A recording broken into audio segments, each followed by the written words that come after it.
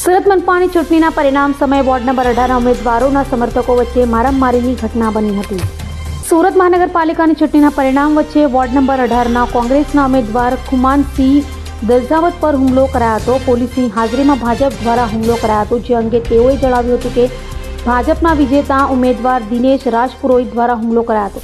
શા માટે હુમલો કરાયો તે તપાસનો વિષય છે। જો કે પોલીસે વચ્ચે પડી મામલો થાળે પાડ્યો હતો।